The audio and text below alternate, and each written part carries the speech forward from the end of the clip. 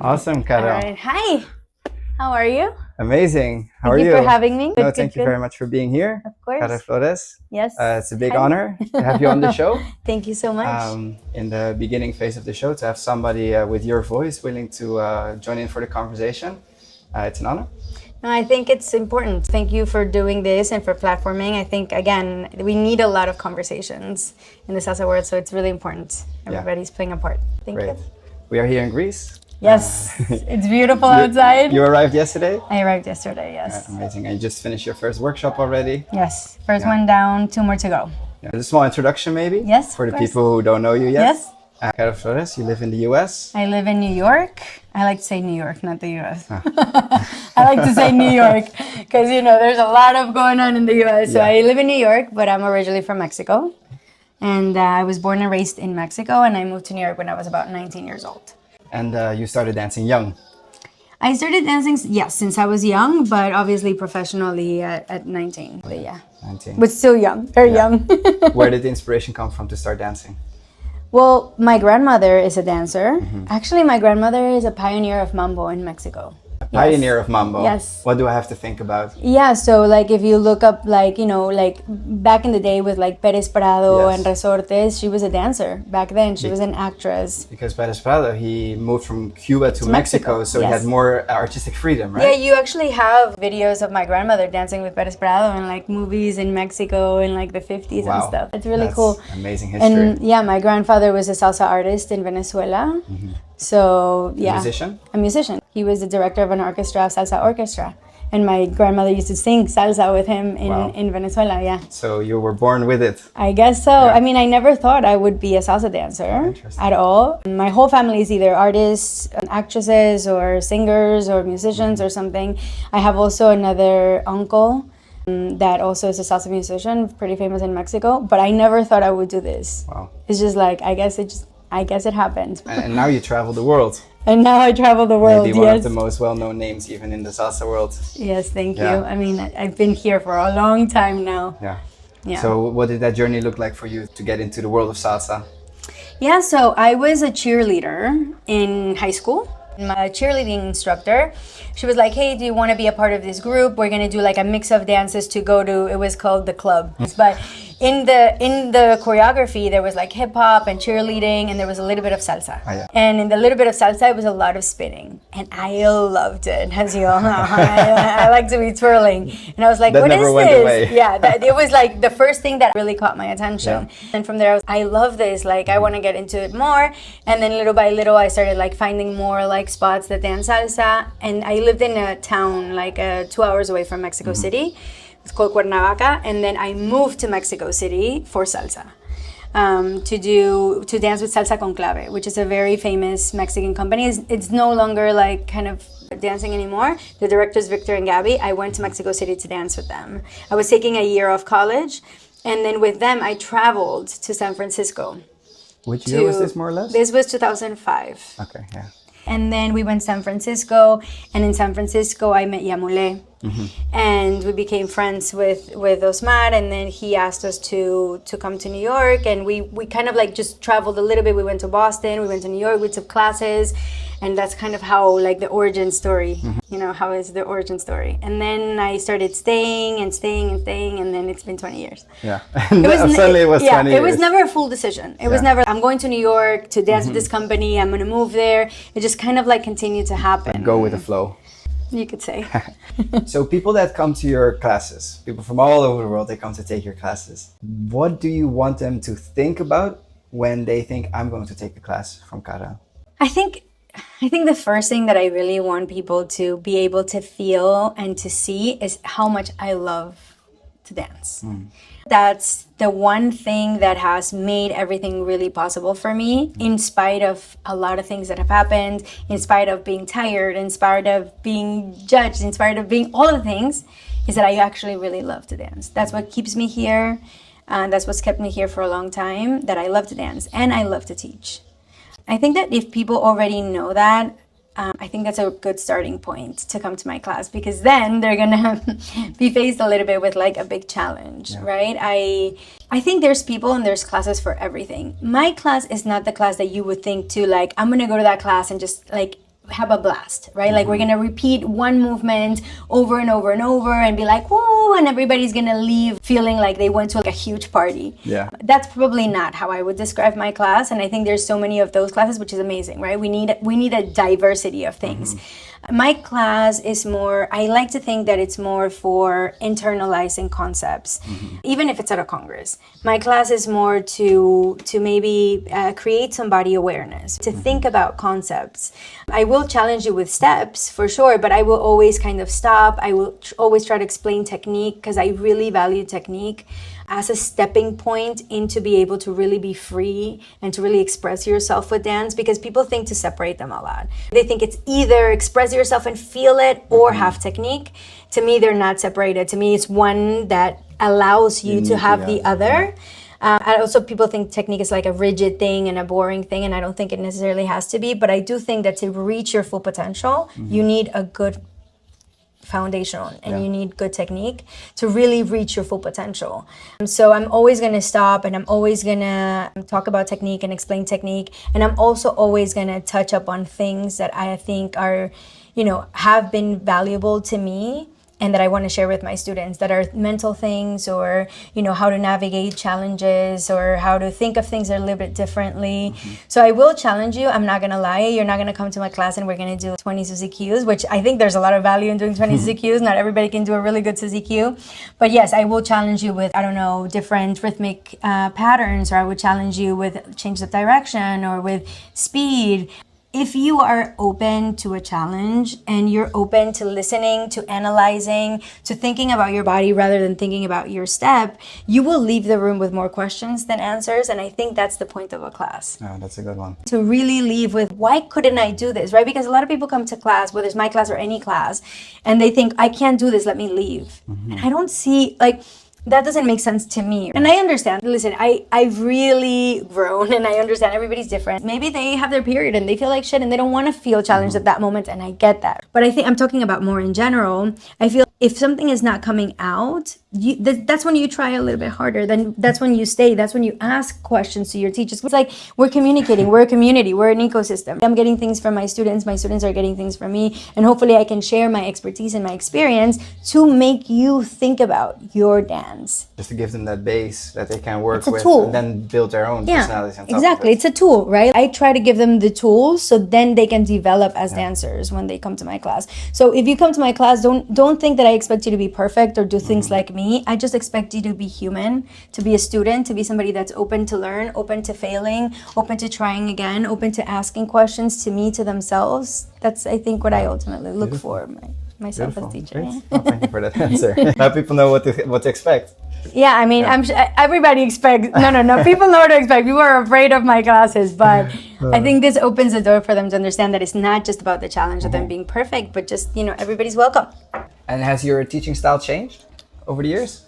Absolutely. Yeah. I think my material in itself, or the way I structure my classes, has stayed consistent, but I think the way I think about life is different now. I've unlearned a lot of things that I needed to unlearn. I learned a lot from the norm. A lot of the things that we've done for so long are not necessarily ideal. Some things are very toxic. Not only in the salsa industry, in a lot of the dance industries are discipline-driven industries, right? We teach people to override their bodily functions or what they feel. We teach people to push past whatever, to take whatever, and it doesn't have to be like that. Even as a woman, right? Like as a woman, I have cycles, and I'm learning how to work with my cycles. Some parts of the month I feel stronger, others I feel worse, and I'm learning how to navigate training and how to navigate my body and my dancing when I'm not feeling my best and when I'm feeling my best.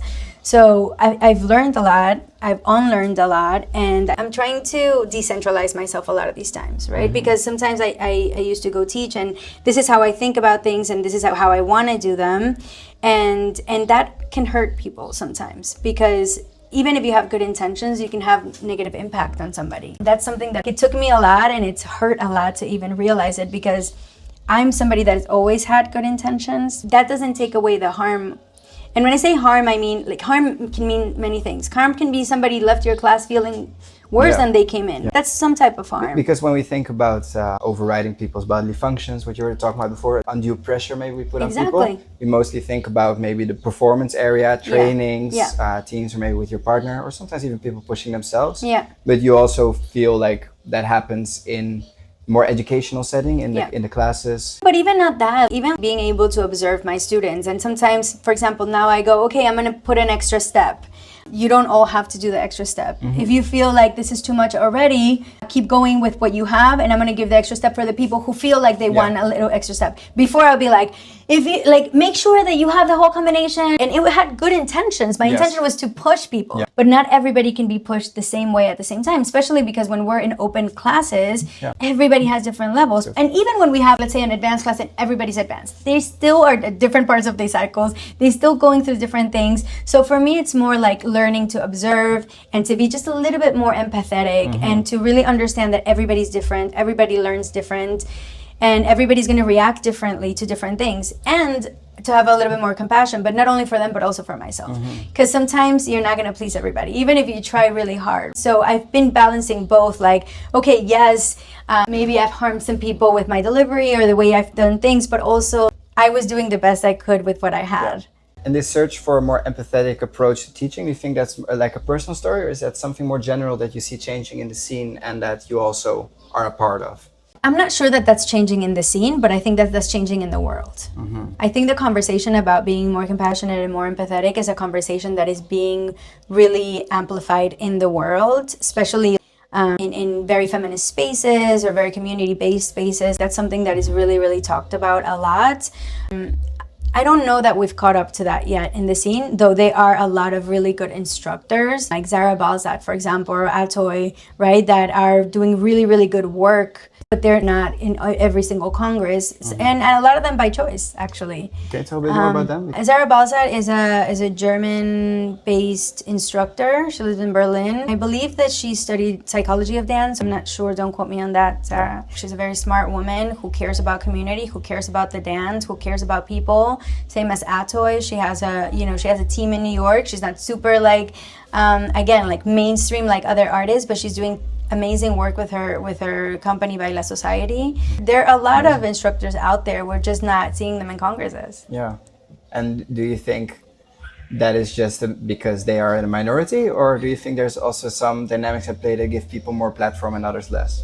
I think that it's tricky because I think that the dynamics that are at play mostly to be able to be mainstream in the salsa world are dynamics that don't align a lot with these instructors.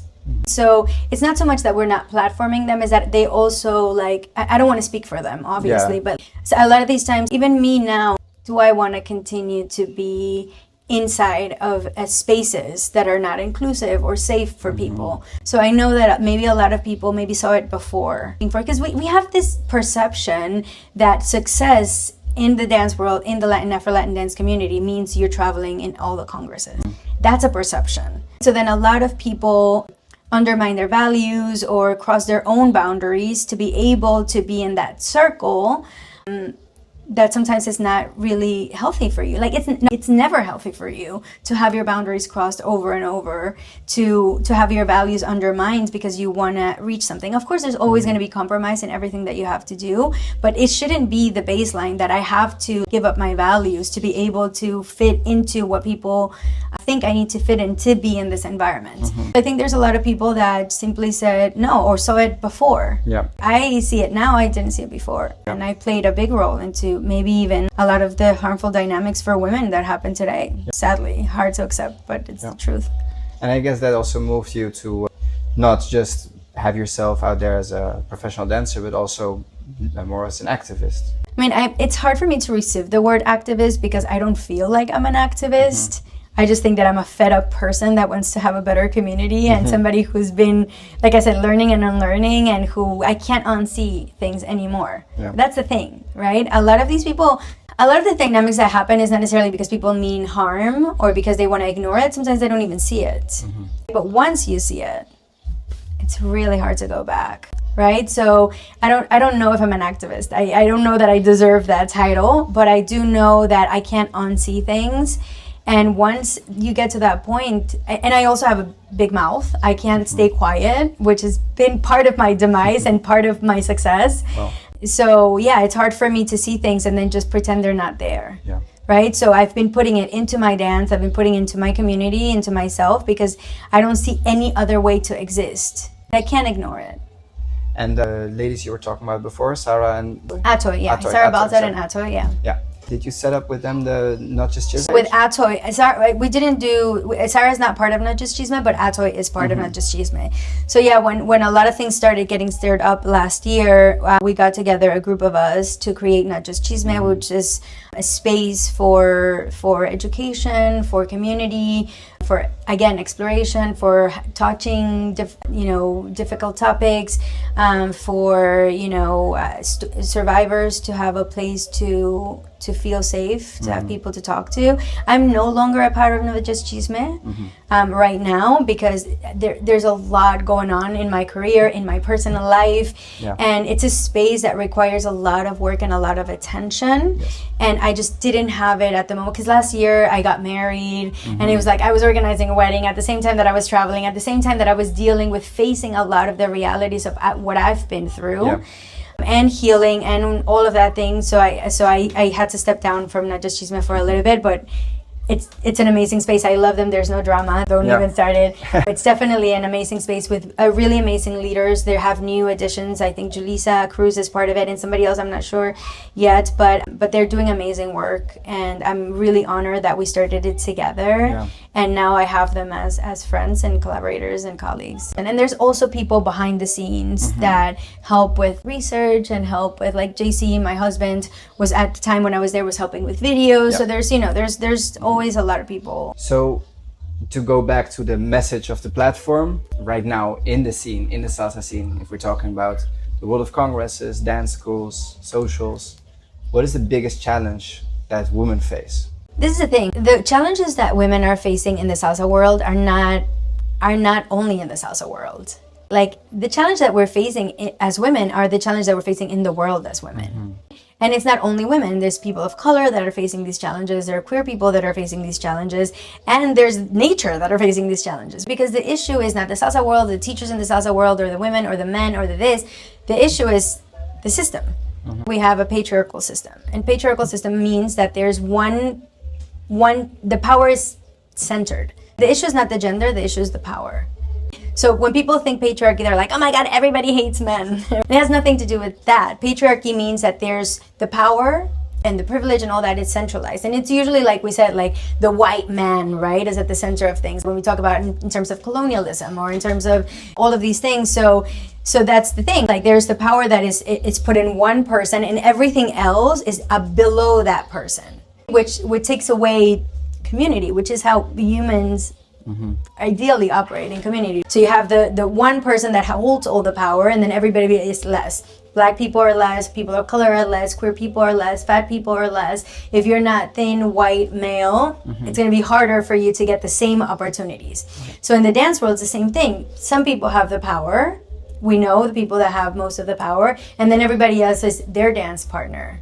Or everybody else is just a little bit below, and they won't get the same opportunity. So they'll have to work twice. I've had to work twice to prove that I'm more than somebody's partner. Right? That I am Karel Flores. It's hard when you hear, people getting introduced as leaders, choreographers, and then I get introduced as like, oh, she's such a pretty girl, So it's like, it's not, like I said, like, we have many challenges, and we can sit down and talk about how many times I've introduced as pretty, and then the next day and after me as an amazing choreography, after I've done so many choreographies and contributed to so many choreographies. But that's not the issue. The issue is the power, right? And it's kind of like what we said earlier, the power should be in the community. What I find interesting is, especially for the world of salsa, I see two kinds of debates here on the patriarchy. And one is how it manifests itself in terms of who holds power and how we talk about, or to women with the examples you gave before. But the second one is that inherently in partner dance, there is a dynamic where men will be leading, women will be following, which already often by economics creates a system of supply-demand that gives more value to men intrinsically. Is there a way that part we can get that out? Okay, so even for example, when people say leader and follower, I don't say leader and follower. I said follow and lead as a verb and not as a noun, because I don't believe that I'm a follower. I believe that I'm following. But even that, and I don't know if you've been in classes with me and Bruno, right? Where I say I don't think partner dance leading and following is more like a conversation, right? I really believe this, and again, it's about having the conversations and reimagining things in a way that feels actually way more dynamic. Because when you dance with somebody and it's a conversation, meaning you're listening to my cues as well as I'm listening to your cues, it becomes so much more fun for both people. I don't think it's leading and following. I think one person is starting a movement and another person is responding to that movement. Just like right now, you're asking me a question and responding to your question. Neither one of us holds the power here. Even if it could look like you're holding the power because you're answering the questions, I can choose not to respond to the questions. Or I can choose to respond to the question in the way that I want to respond to the question. There's this idea of like, and I've contributed so much to the idea of, oh no, make sure that you're following first and styling and all of the things, and your expression comes second. Why? Can you start a movement and maybe that doesn't feel right to me and I respond a little bit differently, right? Can it be a connecting thing? Can it be a connection thing, right? Can you also feel me when maybe I want to hit the brake and let me hit the brake instead of you making me hit the brake? But there's this thing of like, oh, if you're a good dancer, you're a good follow. If you're a good follow, you're super light, I don't feel you, and you respond to everything that I do. And I think that that's a challenge as a follow, but that does not necessarily complete the full sentence or the full thing that we're trying to do, which is connect. Yeah. And that's led to a lot of the problematic things that we have now. When I dance with a lead, usually a male lead at the moment, there's no conversation. They're doing everything, whether they're doing it on time, well connected or not, doesn't matter. I'm supposed to follow everything and then just be there and also be thin and pretty as I do it in my heels. I love that message that dance it's a dialogue, it's not a monologue. 100%. But let's say I talk to the owner of a dance school and I tell them, hey, why do you pay less to the follows in your school and more to the leads? And they tell me, well, it's a supply and demand. If my lead teacher doesn't show up, I have a much harder time replacing him than the follow. I'm going to cringe so badly. But that's again, because then we think, because, it's so interesting because we think we need to teach leads, but somehow follows are just supposed to know how to follow, right? You know how hard it is to teach somebody how to follow? Like how to continue a movement. Have you ever heard anybody in class, maybe besides me, probably there's a lot, that say like, how do you actually respond to a movement? What are the dynamics? It's so hard to teach how to respond to a movement, but there's no conversation around that. So no, it's not harder to replace a lead in the real educational form of teaching somebody how to respond to movements and somebody how to start movements. If you're just thinking about, well, I'll teach the move and then they'll figure it out however they'll figure it out, then definitely. But this is what's happening in the SASA world right now, right? I teach you as leads, but then the follows need to figure it out. Some female instructors, they don't even talk. But we don't even talk, not only because they don't let us talk. We don't talk because we think we don't have anything to say. Because we've never really analyzed that we also need to teach the other side of things. How do you step? How do you respond? What do you do with your body? We don't teach this. That makes no sense. It's great to have this conversation in like the scene, and if I think people that will be listening to this podcast are people that are involved, that maybe go to congresses, that have been around, that know how things work. How do we let this message trickle down to those thousands of schools all around the world where people start to learn, teachers maybe don't have a lot of experience? How do you think that's a message that is going to be propagated? I think that what happens is that we separate too much the person from the teacher, right? We separate the person from the instructor. So if people are not doing the work as human beings, because we all grew up in the patriarchy, right? We all grew up in colonialism. We all grew up in racism. We all grew up in colonialism, right? And we've been conditioned by these systems to think about things in a certain way, right? That is not the ideal way. Women of color or people of color are not inferior to white people, right? But we've been conditioned in this way. Even like conversations, salsa has its technique, or do we need to learn ballroom and ballet to be good salsa dancers? That's Eurocentrism. That's saying white dances need to be injected into black dances so they can be more valuable, right? But you only will know this if you've done your work as a person. right? So I don't know if I'll live to see the change in my community, because the change happens very slowly, and the change needs people to do it, but also willingness to look at yourself. And I think that that's the main problem that we're facing now. That if I tell you, okay, well, now you need to teach differently because you need to teach the other side of the equation, that's so hard. You're gonna be like, I'm comfortable the way I am. Yeah.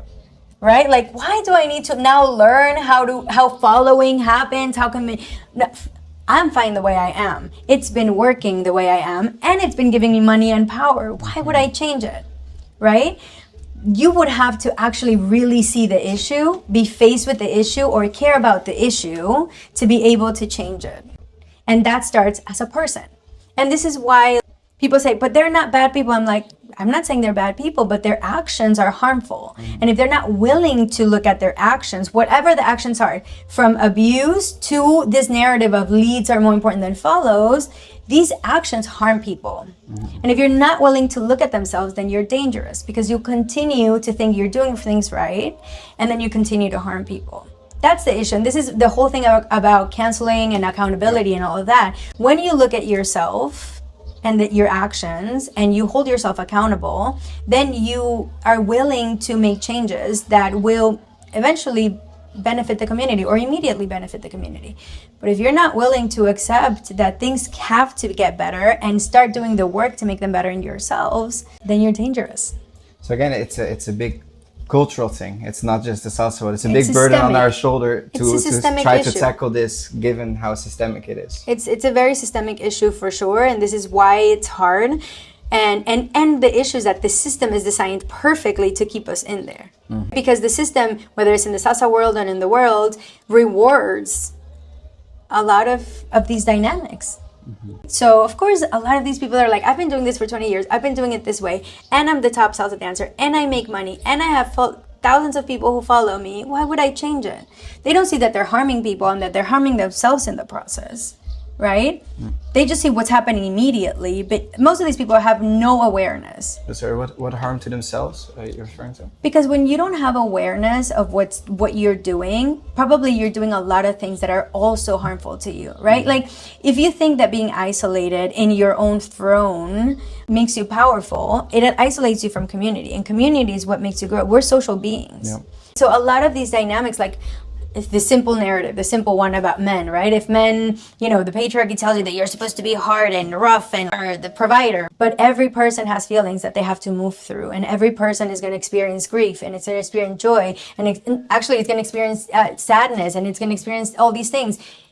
If you can't experience grief and sadness, you cannot fully experience joy, right? So the narrative that you're not supposed to feel any of these things also prevents you from feeling this. Yeah. So whether you feel like you are being harmed or not, you might not be harmed, but you might not be experiencing life at its fullest.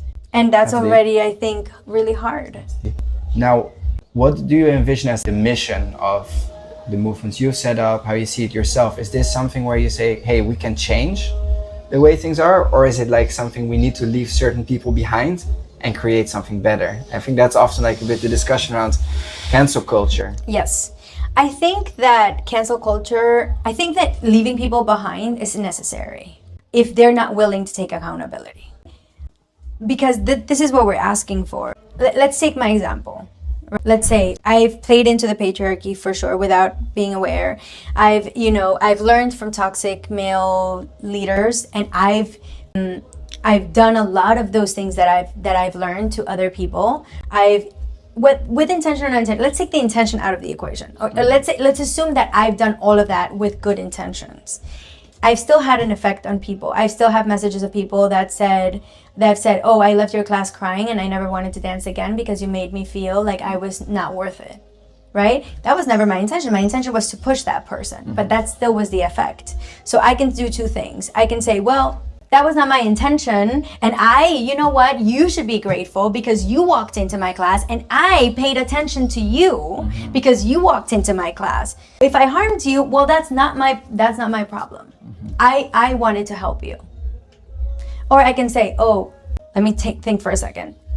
Yes, actually, I'm really sorry I harmed you. That was not my intention, but I did it, and now how can I make sure that I don't do that again? Why did I harm this person? Why have I learned in the process that maybe doesn't work for everybody? Yeah. So where do you strike the balance between having a system, now let's just talk about the teaching, but a system that works for everybody in terms of not putting too much pressure to the extent that you might be harming somebody in a psychological or even physical way, and still striving for good results? Yeah, of course. I think that comes with educating your students to listen to your body, to listen to their bodies, not to overwrite what their bodies are feeling. Like, for example, I have this really simple example, right? One day I have to book my yoga classes in advance. This is random, but when it gets my point. I have to book my yoga classes in advance, and I usually go to yoga with my husband on Sundays, right? And my period came early, which is rough. It's a hot yoga class. And I can't cancel it, because if I cancel it, then I have to pay. Usually when I go to yoga on my period, I'm always off balance. Like all the poses, I'm always off balance. So I said that day, you know what? I'm going to take it at my own pace.